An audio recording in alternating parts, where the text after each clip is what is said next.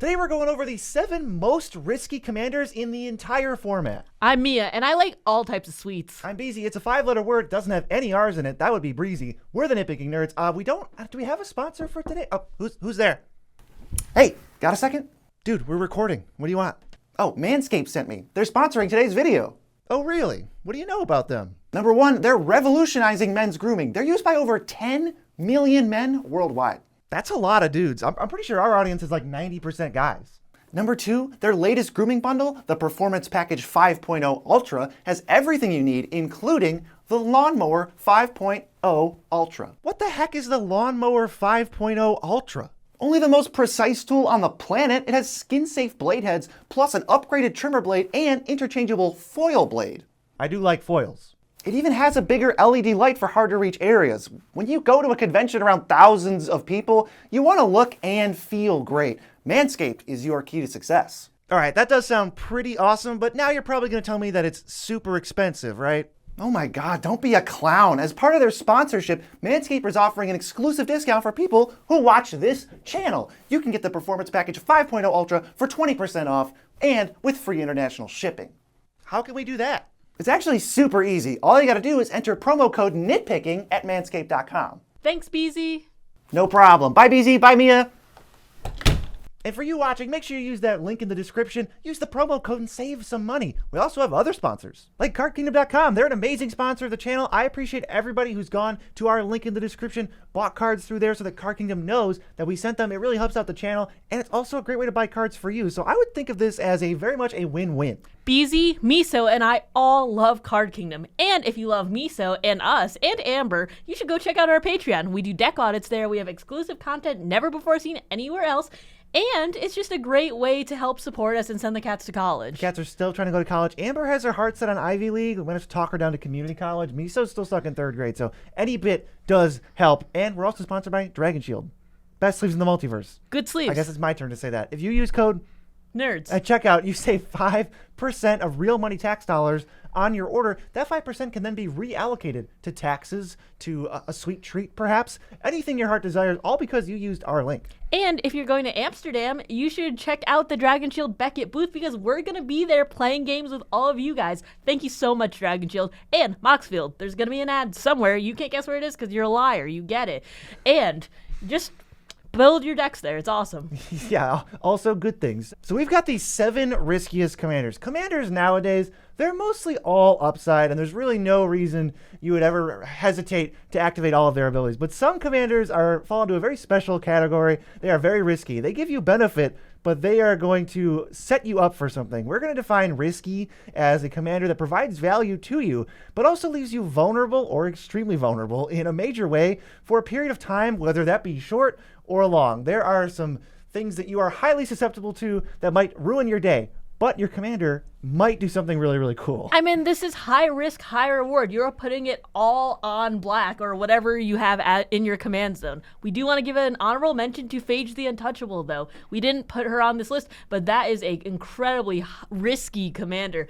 Being able to just bring that out and accidentally lose the game if you don't bring it to your hand somehow, that's crazy. Yeah, we had her on the 7 most absurd, which I think she definitely belongs in that video. So go check it out if you want a full breakdown on Phage. But I didn't want to double dip too hard. Phage is very risky though. But we're going to get into our for real list now. And the first one is the most recent one of all 7 of these commanders. This is Rowan, Scion of War. She's 1 red-black for a 4/2 menace. You can tap her. Spells you cast this turn that are black and or red cost X plus to cast, where X is the amount of life you lost this turn.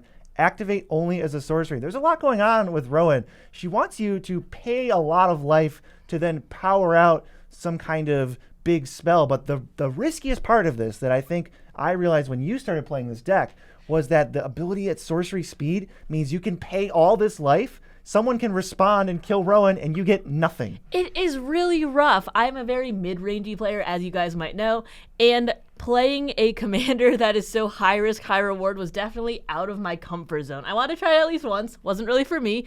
But being able to be like giving these gigantic effects, but also being at like 10 life is such a like adrenaline rush on the commander field. Some of the ways you're going to be paying life with this deck includes like Wall of Blood, just kind of regular stinkers that don't do anything except it says pay 1 life to pump it, and you can just repeat that. So for, it kind of says pay a life, add a mana if you get to activate Rowan's ability, and nothing goes wrong in that in-between time. Treasonous Ogre is another way to pay life. It's 3 life, but you actually add mana to it, so it could be a mana doubler if you actually get Rowan onto like the point where you can tap her to pay for something. It also kind of serves as a backup Rowan because you get mana no matter what out of this. It's not like they can kill Treasonous Ogre and you don't get anything. At least with this, you could pay 12 life to add 4 red, and that's better than nothing if Rowan dies. It's the rate, though, because it's like 3 mana for 1 red. I mean, in a perfect world, you're getting that, and you're also getting 3 mana into Rowan.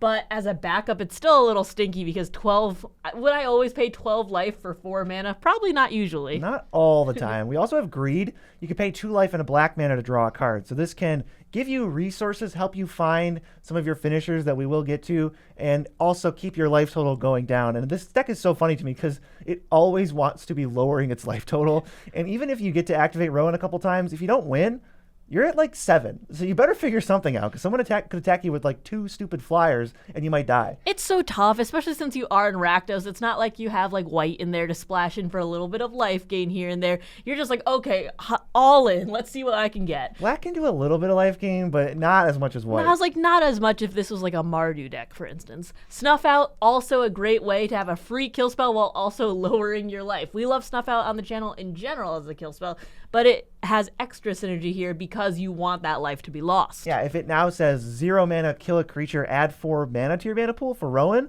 that's a super sick if it all works out. But Rowan is going to need some protecting because it's not guaranteed if you get to pay all the life and then activate Rowan and then cast another spell. So I think Lightning Greaves is a shoo-in for this deck. She has a tap ability, so you absolutely need the haste because giving opponents a turn to wait is even enough. They might just say, screw it, I'm going to kill Rowan right now, and you won't get to do your big cool thing, and now you just have a bunch of ways to pay life and a bunch of expensive spells in your hand that you can't cast. So many people use Lightning Greaves in their commander decks because they're like, well, of course I want my commander to have haste, of course I want protection, and that's true and all, but like decks like these, it's where it's really necessary because you have that tap ability and it's such a big target because they know what you want to do next. They don't want you to go into something like Crackle with Power, which is one of the best ways to kill and just get rid of the entire board for your opponents in this deck. Yeah, you just spend a bajillion mana and you actually just finish them off. And that's funny because like Lightning Greaves is like, oh, what's the downside? You know, they kill my commander and I don't get to use it. That's a bummer. What's the downside here? I lose the game. I go to 5 life, nothing happens, and then I pass the turn and my opponents attack me with like a Grave Titan or something. Crackle with Power is also such a dangerous one. The X spells are what are going to kill you in here because you're going to be paying so much life into it, and then everyone else is going to be losing tons more than you just lost. Plus, it is red, and the red spells in this deck have a little bit easier time being cast because you have stuff like Treasonous Ogre, maybe you have like a Mana Geyser lurking as like a backup Rowan, but there's also black spells like Torment of Hailfire. This kills a little bit faster, I think, but it is double black. And it's the dream is to go, pay Rowan, pay 20 life, Torment to Hailfire for 18 or 20 or whatever it is, and they're just dead. There's no way to come back from that. And even in this scenario, if you pay all that life and Rowan dies, at least you're at 20 and not like 4. This entire game plan hinges on Rowan, so make sure you have some backup types of spells like Tybalt's Trickery or Imp's Mischief in here to, if they have a kill spell and aim it at her, you could just direct it elsewhere or just counter it completely. Because if you just have a bunch of life payers into here that just don't really do much outside of it, you're going to be in a lot of trouble. Yeah, Tybalt's Trickery is sometimes questionable, but it definitely, I think, has a place in Rowan. And I'm trying to stop Miso from like eating our equipment off screen.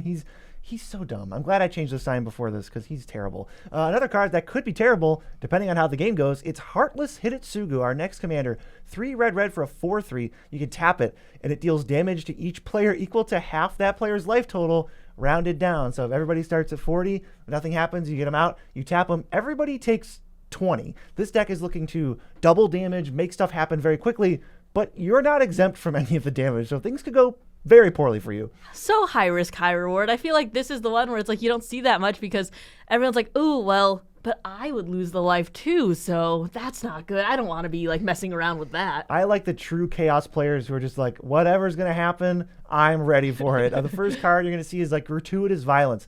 This is a card that doubles all damage, so it doesn't actually restrict it to anything. It's just all damage dealt to everybody is doubled. So if you activate Heartless Hidetsugu while everyone's at 40, everyone dies.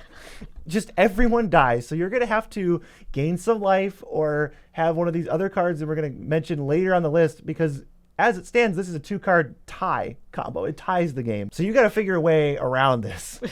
This is just so risky. Another card is Isengard Unleashed. It doubles only your damage, which is very specific because then you can actually kill people and not die yourself. Right. Now your opponents are set to take basically whatever their life is, and you're going to get cut in half. But there's always the risk of, I'm going to pay a 5-mana enchantment and a 5-mana commander that needs to tap to activate. Opponent can respond, blow up your enchantment, and now everybody takes 20, except people are pretty mad at you because you're the one who just did it. I feel like this wording is really specific too because it deals damage to each player equal to their half their life total rounded down. So if someone's at like an odd life total, it's like, I don't know how to deal that 1 point of damage to you. Yeah, because if the game would be a tie or you would win, except one of your opponents survives, they can just clap back at you and you'd be in some serious trouble. One way to offset all of this damage that you're dealing, since Heartless Hitotsugu is a creature that deals a lot of damage, if you tap it deals 80 damage. How about a Basilisk Collar? Give it lifelink. Now, who cares what happens to you? All damage is dealt simultaneously, so as soon as you deal the 20, you gain 80,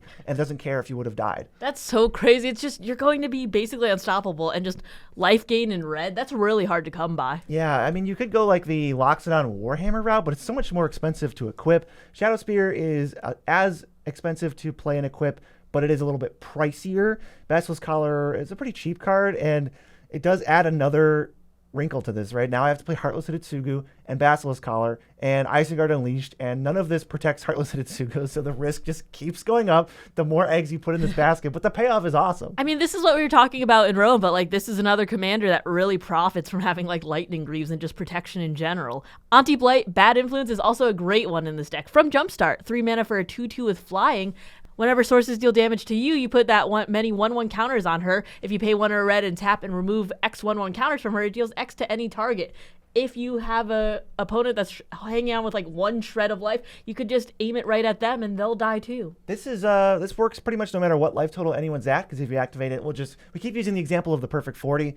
It's generally the first time you activate Heartless Hitotsugu, if you're lucky enough to do that. People are at between 30 and 40, so I'm just going to keep saying 40. If you get that first activation, everybody takes 20. She gets 20 counters, and now you're holding any one person hostage. And it's just like, do you really want to mess with me? Because I will annihilate you. I can nuke you right now. Just test me. It's kind of a protection. It counts as like pseudo protection for your combo. It makes it less risky to go off when the first person who would clap back and end your career, you turn it around on them and hit them with the Uno reverse. I mean, we've talked about this in previous videos regarding strategy, but when that happens, there's always one person that needs to be like the sacrificial lamb for everyone else to get revenge against the other player, and no one wants to do it. No one wants to lose, which makes sense because like we're playing a game, but very few people will ever just be the person to trigger that, so you will be holding the entire table hostage. Right, and like you said, if nobody wants to sacrifice themselves, you get to the end step and you go, okay, ping my biggest threat for 20, you die, untap, activate Heartless Hitotsugu again, and now we're back, because now we're all at 10 life, except I have a deal 10 with Anti-Blight, so super cool. But if you want to get into really weird ways to protect this, because we are in mono red, and we're trying to protect our 5-drop, how about Fortune Thief? It's got morph, and when it unmorphs, it says if damage would put your life to 0 or less, it just puts it to 1. So you could activate the kill everyone Hitotsugu and you survive at 1 with yet another very clunky payoff. You just gotta beware of those end the festivities at that point, right? Yeah, absolutely. And if you want to protect it in mono red, how about a Blast from the Past Platinum Angel? Because you can't lose, they can't win, and you're just going to be shredding people's life down all the way until they're 0. Look, realistically, I can't ever recommend anyone play this card for honestly any reason. But if you're already doing something super, super risky, let's just throw another 7-mana enabler onto it, and we just have to hope all the cards fall in our favor anyway, right? Absolutely. And Bolt Bend, because people are wanting to kill Hitotsugu every chance they get because they'll know how much damage is going to be dealt and how much danger they're going to be in. So if you can change a target of a kill spell to somebody else's thing, you're going to be able to get their damage all the way like as high as possible. And since Hitotsugu has 4 power, it kind of fuels itself. This is actually a reasonable way, I think, to protect your like combo and get people dead. Unlike the others, which are very, very optimistic, shall we say. I think Bolt Bend is a very reasonable include because you also have maybe like Will's Reversal, and you can play like Deflecting Swat and that suite of cards to make it a little bit more competitive. I mean, that's what these people want, though. They want the high risk, high reward. They want to say that I did the thing, and that's what you're going to be getting with these commanders. Okay, how about the next commander? The next commander is Lind, Cheerful Tormentor. 1 blue, black, red for a 2/4 with Death Touch. Whenever curses are put into your graveyard from battlefield, you return them attached to you at the beginning of the next end step. At the beginning of your upkeep, you can take a curse on you and put it on one of your opponents, and if you do, you draw 2 cards. Curses, if you don't know, are aura enchantments that enchant players and are always bad for the player. You never want a curse. And so the idea is you put all the curses in this deck and you enchant your opponents. But what has to happen eventually as they are blown up or as like players leave the game or whatever, you have to take them for a second. And that is risky because there's no other card that really gets rid of them other than Lind. And she only does it on your upkeep and she only does it one at a time. So there's just like a lot of stuff that you might just end up being like the voodoo doll guy, the guy getting punctured. I feel like you need a ton of upkeeps for this too, because if you have anything that can give extra upkeeps, maybe you can take some curses and take them off of you. But if you don't have any of that stuff, then you might just be stuck with a ton of curses with you and Lind dead. And the way to do that is by playing through moxfield.com. That can let you show how many curses are in your deck, so you know if you're playing too many or too few. It's a very easy way to build decks. I think if you haven't gone on the site and you haven't followed us on the site, you're missing out because A, we make really cool decks and we want you to follow us, and B, Moxfield will help you sort your decks. It's honestly a game changer. It's the only way we build decks now. Whether we're sponsored like a video here or whether we're not sponsored, we're making our decks in private, we're still using Moxfield. I just built a couple new decks. I built a $100 Euro deck and I built a Orzhov Sorin of House Markov deck. They're super cool. You should go check them out if you've been wondering about building either of those. Well, let's get back to curses. We got to talk about some of the curses that you might see in a Lind deck that we're hoping to move around onto opponents or just keep them there so that they die eventually. Curse of Misfortunes, at their upkeep, you search for a curse and you throw it on them. So this is like the best curse. It's really clunky and it requires a lot of things to go right. But it can chain curses, and now from this one curse, it ends up being like 6 curses on somebody over the course of the game. You're hoping for that, but you're already like hoping for the best case scenario anyway, so this is just setting the theme of the deck. Curse of Surveillance can help you draw equal to the number of curses attached to a player, and that's just like, if you're going to be stacking them all onto one player, you can get a lot of cards out of this, and I feel like you're going to need a lot of cards to draw protection for this like kind of combo, if you know what I mean. Yeah, this card looks like a group hug card, but you did play it in a deck, and I realized you don't have to give out the cards to every other player who isn't cursed. You can just choose only yourself to draw equal to the number of curses on the cursed player, if that makes sense. It's just, I'm saying curse a lot. We also have Curse of Shaken Faith. This deals 2 damage to the Curse E for each spell they cast beyond the first, so don't enchant me with this because I'll cry.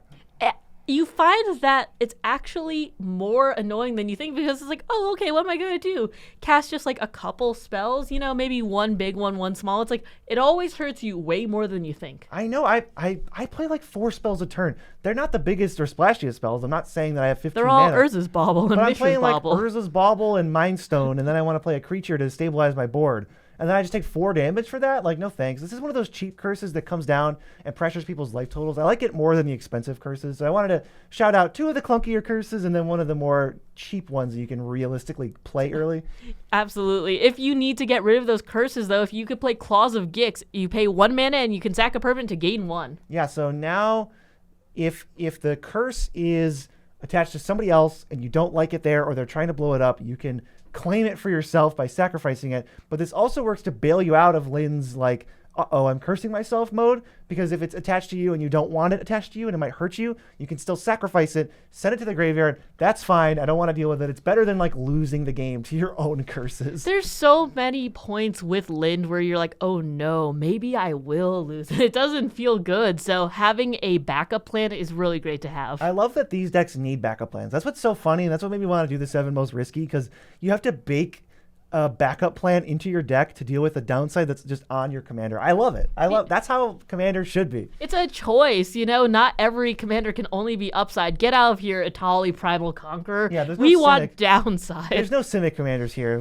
They don't have any downside. Other ways to take advantage of all these curses, like Grim Guardian, Constellation, your opponents lose 1. If the curses are leaving and then coming back under your control, you kind of get like to double dip for triggers. So that is a way to end the game. I like it. Yeah, that's a really interesting one to put in here. Demon of Fate's design is also a great one in here. 6 mana for a 6/6 Flample. Once during each of your turns, you can cast an enchantment spell by paying life equal to its mana value rather than its mana cost. And 2 in a black, and you sack another enchantment, and it gets +X/+O, where X is the sacrificed enchantment's mana value. So you can sack curses if they're hurting you or they're on you, and you can just pay some life equal to the mana value. So if you have a lot of high mana curses or just enchantments in general, you can just get them out of your hand and put them into play. Yeah, it works both ways. It works if you're ahead, and it works if you're in trouble, because you can ramp out the curses faster, and if something's going wrong and Lind goes away and you have a curse on you, you can get rid of it still. I think that's very valuable. But you did mention at the beginning that you want extra upkeeps, because curses pretty much exclusively trigger something on your upkeep. So Paradox Haze, throwing it on someone else, giving them an extra upkeep, forcing them to get double or triple cursed is so funny to me. But you can also throw it on yourself to get rid of more curses that might be on you. So it kind of has like a double E type value. Yeah, it depends where you want to send it. Sometimes it's just really helpful to just be triggering someone else's curses for a ton, but I could see it in yours too, and that would be like a lot of value just to be just shooting them out left and right. Yeah, I love it. And I know there's a lot of black and red commanders because it's very flavorful for like giving you risk to take on when you play the deck. But how about a mono white commander that's honestly super risky? Evra, Halcyon, Witness, 4 white for a 4/4 lifelink, and you can pay 4 mana to exchange your life total with her power, which is 4. So if you want to, if you attack with her, you can pay 4 mana, and what will happen is she is now a 44, and you are at 4 life. If she connects and hits a player, they're dead because of commander damage or because 40 life is a lot. And then you gain all the life back, so you go up to 44. Same as if you just attack with it, except somebody's dead now. If things go wrong and you pay all that mana and you attack somebody and they don't like that you attack them and they snuff it out or blow it up or snap it back to your hand, well, you're at 4 life and you can't win the game. It's so risky too because you're in mono white. It's not like you have a ton of interaction to stop it. If you do have that, what you gotta do, mana type them maybe? Yeah, not paying, losing all of that life. Exchanging all of that life is quite the risk, and I have to get big respect for anyone who brings out Evra. I absolutely love it. Some of the ways to protect it aren't even that bad. Children of Corliss kind of bails you out because it says it sacrifices it to restore all the life you lost this turn, and exchanging your life total does count as losing, in this case, 36 life. So even if something goes wrong, you can sack it to gain that life back to 40. And I mean, you lost your 6 mana commander and you spend 4 mana to switch your life total, but at least you're not dead.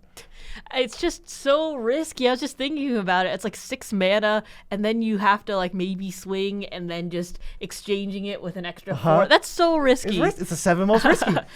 Wall of Reverence is another good one in this deck because at the end step you gain life equal to the creature's power. So you switch it right before the end step, and as long as it lives, you will be getting that 40 back. Yeah, if you attack with Evra and she gets blocked, or if she connects and kills somebody, that's totally cool. But now you'll gain all of the life, and you'll gain 40, going up to 44 life. Then at the end step, if everything works out and she survives, you gain another 44, and you go to 88. And now it doesn't really matter for Evra because once she's past 21, she's lethal. But it's really hard to kill you when you are at 88. I mean, I still feel like it's another gamble, though, because it's like someone kills it, you have to bring it out again. And it's like, ooh, well, she's 88 now, just putting a bigger target on your head. And I'm still at 4. 21 is the same as 88. If I'm the opponent, I'm just like, oh, my God. Oh. Well, I got to get a removal spell for that. I'm just saying if you have to bring it out again because someone, like, snaps it to your hand or something, I'm like, ooh, well, it feels even worse when you have to switch it to 88 and you're back at 4. Yeah.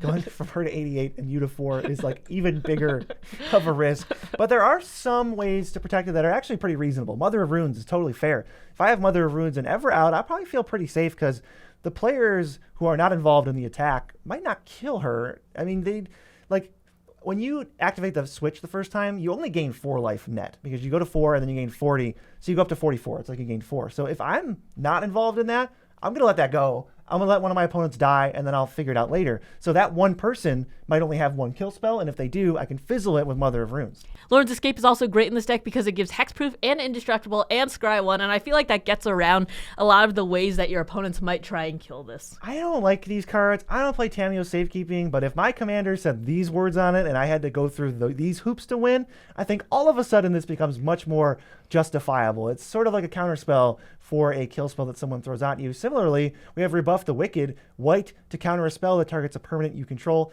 they're going to be targeting Evra all over the place as much as they possibly can with everything they possibly can. If their life is in danger, you use Mother of Runes to give evasion, and now you have Rebuff the Wicked as a backup so they can't remove her. Yeah, normally I don't like playing these cards, but however, normally my entire game plan does not hinge on one card in my deck. Does that involve me going to 4 for a possibly long period of time? So if you are running these, I completely understand why you might be wanting to run all this like cheap protection and all these cards that just protect one creature, because it's like, if this dies, you're so screwed. Yeah. One card I do like in Evra that is not necessarily protection, but it is a way to guarantee that you can smack somebody for lethal commander damage is Tragic Arrogance. It's a board wipe that lets you choose the things that people keep. So if you choose an artifact, creature, enchantment, planeswalker, battle, whatever, for each thing someone has. So if anyone has a tapped creature, you make that their only creature. They lose the rest. Now, oops, you have no blockers. Switch my life total. KO. Definitely more expensive of a board wipe than we usually play, but you can't always do a normal like 4 mana or 2 mana board wipe like Vanquish the Horde and then also have Teferi's Protection up. That's just that's the dream, but it's never the reality. It doesn't even help you because you want to connect. So I think you could do Vanquish the Horde and like Lauren's Escape to give Indestructible and crash through, or you can go Tragic Arrogance and somebody has a tapped creature or somebody ends up with no creature somehow, and then you get through. That's also a valid strategy. And you know what? We mentioned Platinum Angel last time, so let's just bring out the absolute trash. Soul Conduit, 12 mana is all you have to spend to exchange life totals with somebody. So if I go to 4 and something goes wrong and Evra dies, well, somebody else is now at 4. I don't know about this one, but I saw it and I thought that is the absolute pinnacle of risky mentality that we need for this episode. I mean, that's just the meme mentality, right? I feel like this is a card of like older times where it's like everyone was less obsessed with doing the right thing in Commander and more obsessed with doing the fun thing in Commander. And 12 mana to exchange life totals, especially if it's like just 27 and like 10 or something. It also depends on your entire strategy falling apart. So like your entire strategy falls apart and now you somehow have 12 mana to spend. Like, oh, let me just get this. I have this laying around. I mean, at a certain point, that's cheaper than if your commander gets brought back to the command zone a couple times. You might have to. That might be the cheaper option for you, which is crazy to say. No, if you're at 4, you're dead. If you're at 4 and you have to pass the turn twice, you lose the game. What if you go please? Yeah, maybe if you go please and nobody attacks you, you got some very nice friends who want to see you do the thing. Get these decks out. If you're looking for a rush of adrenaline while playing and you want to sweat bullets in Commander, any of these 7 commanders do the trick. It's even worse because if you are at 4 and you bring her out for like the 10th time, doesn't even work. Yeah, she will just also be at 4 no matter how many times you switch. Doesn't even work. She can't even bail you out from that hole. But if we want to go high risk, high reward, and high mana values, why not Karthus, Tyrant of Junt? 4 black, red, green for a 7/7 flying haste. ETB, gain control of all dragons, then untap all dragons. Other dragons you control have haste, which is really risky because we're going to be giving dragons to other people too. Yeah, there is that aspect of it. But my favorite thing, like Karthus does want to give out dragons because then it will steal them, and there's a couple cards that do that. But my absolute favorite thing with this is you play Karthus, that's cool. Your dragons have haste, awesome, big attack. And then anyone plays any clone and you lose all of your dragons. You literally lose your entire board and you're getting clapped by them immediately. Like, that's some pretty big risk. It's a little bit more specific, but the downside is so much worse for you. Like, it might even be worse than going to 4 life. I don't know. It's pretty rough. I mean, you better hope that you have something at instant speed to save you, but you're in Jund, and that might be really tough. The first one, though, is Dragon Tempest. Your flyers get haste, and dragons ETBing will ping wherever you want, basically. So if you have a lot of dragons, you put this down early, and you're going to be just bringing them out. And then just pinging, sniping a little bit here and there. And when Karthus comes down, everything has haste and everything's really, really big, and you're just going to be swinging for the win. Yeah, maybe. They don't really work together with the haste part because they both give the same text. I guess if you have other flyers that are not dragons, that's cool. It'll give them, but the ping is just like the most annoying part for a dragon's deck. You're also going to need probably some way to reduce your cost because Karthus is 7. That's a lot, even with a big dragon with a big effect. So Dragon Speaker Shaman is going to make all your dragons cost 2 less, and now you can fire off like a 4 mana dragon for 2 mana, and then Karthus for 5, and it's the same amount of mana as if you just cast Karthus, but you got an extra dragon out of it. Earthquake Dragon is also going to be in here. It's 15 mana, but it's going to be reduced by other dragons' mana values, so you're going to be getting it for a lot less, provided you have some cheaper dragons in here. And it's a 10/10, so that's a big hit. Plus, If it dies for some reason, you can always get it back. I like this one. I like that it doesn't have haste, so Karthus might come down before it, and then you can play it after, even maybe on the same turn, because Karthus reduces it by a lot already, and then just say, boom, here's a 10/10 coming at you. This is what I was alluding to earlier, but death by dragons, because everyone gets a 5/5 dragon except for one person, and hopefully you're going to be able to steal those, but if Karthus gets countered or something, you're out 7 mana and everyone still has a dragon. Yeah, so with this one, I think you might want to choose yourself to not get the dragon. You want to be greedy, right? You want to give everybody else a dragon so that you can Karthus, and then there's even more risk because now the blue player's like frothing at the mouth trying to counter it so that they get to keep their dragon and you don't get to keep anything and you don't get value. That's so huge. Karthus definitely is like very afraid of blue mages because they've got clones to wreck your whole life and they've got counter spells to make you waste your whole turn. This is just so greedy, giving so much power to your opponents, but overall it just fits the strategy really well. Okay, if you want to give dragons to your opponents though, how about Descent of the Dragons? You can destroy any number of creatures and then for everything destroyed, its controller gets a 4/4 flying dragon. Kind of weak overall. Like, I don't really want to give out 4/4 flyers. Like, how good was the thing I was destroying? But what if down the road I were to somehow gain control of said 4/4s? I'd be really excited about that. This makes Karthus #1 target for counter spells or stifles or whatever. Yeah, I feel like there's so much politicking you have to do with this card. It's like, okay, guys, what if I gave you dragons, but if you never swang them at me? Because all it takes is like one person to say no to that, and you're like, well, I have this spell in my hand, I don't know what to do. Like, I didn't really think this one through. So, like, what do you do at that point? Yeah, because you still have to make it a full rotation. You're not going to be able to play a 6-mana sorcery and a 7-mana creature at the same turn unless you have some reduction or something. So passing is just like, hey, I know I gave you all 16 power of flying. What if you just like left me alone? Yeah, what if you just held them back or swung them at somebody else? I'm not It wasn't doing me. that. Like, I gave you that. No, I'm attacking you with all that stuff. So we also have Kindred Summons. This gives you a dragon for each dragon you have. So if you make a bunch of dudes, this is like a backup Karthus. Instead of making a bunch of power from stealing stuff, I have 6 dragons in play. End step, put 6 more dragons in play. And dragons are pretty strong and they're pretty high mana value. So that's probably a game over. You just want so much power. Plus, they have so much evasion, usually 2, flying, trample, or some combination of both. So you're going to be swinging for a lot. And Lazotep Quarry, because this is the backup plan that we need to bake in here. Because if someone's going to copy your commander, for instance, you have to go, okay, well, I guess he's dead now, and I'll just pay 9 to, bring him back out if I need him again. Yeah, it's not I think it's a little corner case if Karthus gets cloned. I think clones are very playable though, so I'd want to put something in my deck to make sure that I have an out to that if I see someone playing blue or blink or whatever, that they might have clones in their deck. So Lazotep Quarry is a pretty good inclusion. It's kind of free, and then you can sack Karthus in instant speed. There's no way to respond because it's a mana ability. That's good at least. And you can even do the thing to put Karthus in the graveyard and activate Lazotep Quarry to get his trigger again. You exile him, then send him back to the command zone, then get a fake one that gains control of stuff again. So maybe that's the perfect like backdoor out. In a perfect world where you have to sack your commander. In a perfect world where everything goes wrong. You could do that and then just have to pay 9 mana for him again. Okay, we got to move on. Mono black Hirobi Death's Wail. Nothing says risky like this guy. 2 black 4/4 flyer. Whenever a creature becomes the target of a spell or ability, destroy that creature. This counts your things. If you try to put a +1/+1 counter on something, it dies. If you try to put a +1/+1 counter on their thing, it dies. So we're going to be playing a bunch of stuff that very easily targets, but you try to think of, well, okay, all of my stuff is now equally vulnerable, including my commander, which I spent a bunch of mana on. They can kill it with anything. Well, maybe I'll just throw a Lightning Greaves on it. Nope, because that would kill it. I'll throw an aura on it to protect it. Nope, that would kill it. Oh, I'll try to Malakir Rebirth it. Nope, that kills it before the spell resolves. It's like, there's no way to do it. Hope you have a lot of choose in your deck and not a lot of target, because that will just put everything at risk. But Tetsamok, Primal Death, is one of the cards that you could put in here because it targets creatures for just black, so it is a very choosy board wipe, but it's pretty expensive. I can just pay black to destroy a creature. That can get expensive if there's a lot of creatures in play, but I think of this less as a board wipe and more just of like nothing can oppose you. There's no creature that can oppose you now, because at least at sorcery speed, you just mow them down and there's no way for them to do anything.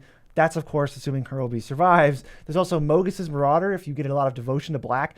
I didn't know this could do this, but it can give Intimidate and Haste to other creatures. So if I have 6 devotion to black, I can just go boop, boop, boop, boop, boop, boop, dead, and they're all gone. But that's also a pretty okay backup plan if you don't have Hirobi out. It's just like, okay, you just want to give them Intimidate. Maybe you have something a little bit beefier in here. Yeah, if maybe you you could don't use have it it- on the offense if Hirobi's not out. That's true. They could do like a little bit of a double there. Also, Hex Parasite. It can target creatures for 0 mana plus 2 life and remove 0 counters from them.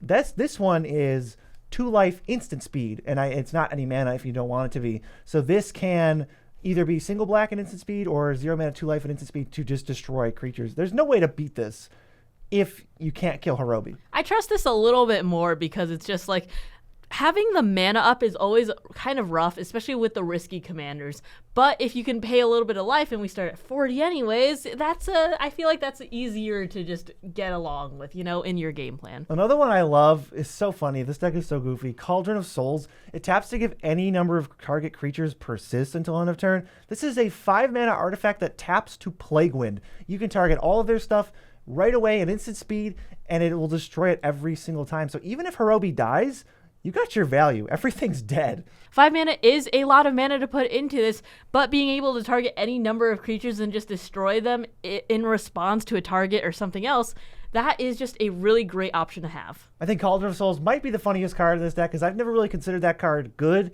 or useful in very many cases at all. But when it's repeatable 5 mana Plague Wind, I think I'm interested in it. Now we got to think about Hirobi. What can we actually do to get out of losing the game if they try to target all of our creatures or if they want to keep Hirobi off the field consistently? There's a few weird things you can do. You can try Fateful Return to reanimate Hirobi once it dies. You can even kill it yourself if you want to. And now it is indestructible, and since Hirobi only destroys with its own ability, it's never going to go away, and your opponents are going to have to figure out what to do about it.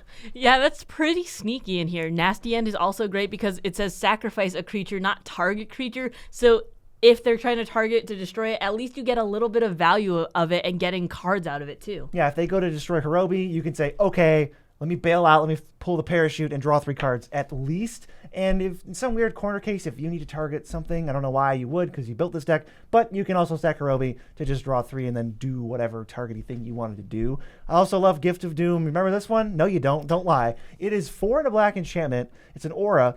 Enchanted creature has Death Touch and Indestructible. Morph, sacrifice another creature. So you play this face down for 3 mana, then sacrifice another creature, and when it's turned face up, you attach it to a creature, not target creature. You attach it to a creature, which will be Hirobi, who now, this is a 3 mana way to give it indestructible.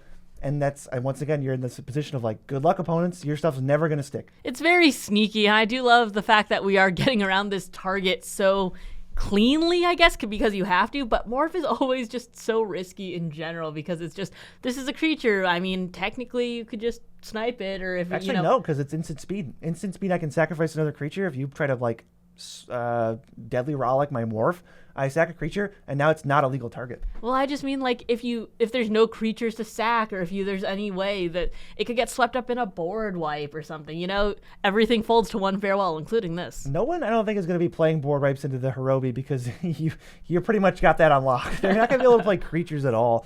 All right, our last commander, our next one is going to be probably one you haven't heard of, but I like this guy. It's Dralnu, Witchlord, 3 blue black for 3/3. If damage would be dealt to Dralnu, sacrifice that many permanents instead, and you tap. Target instant or sorcery gains flashback in your graveyard, and the flashback is equal to its mana cost. So this taps to Snapcaster Mage. That's pretty strong.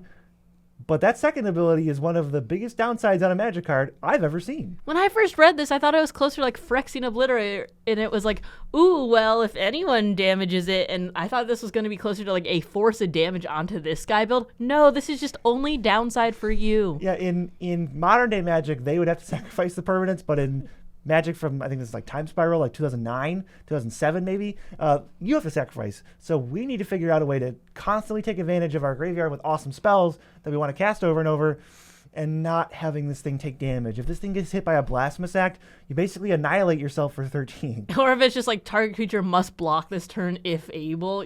Hopefully you can tap him, but maybe if he's summoning sickness, you're screwed. You're going to have really good spells in the deck, though, like Frantic Search, draw 2, discard 2, untap 2 lands. So this is like free, and you can keep filtering through your library, put stuff in the graveyard that you want to flash back later, and he can even tap to flash this back, which is still basically free. And if you have cost reducers, Those apply if you have bounce lands or multiple lands make multiple mana. Now you're up mana, and you can kind of get some like stormy stuff going. I mean, I just love this card in general because it lets you just get a lot of value and selection, and it's basically free or up mana if you get the chance to untap lands that make multiple mana.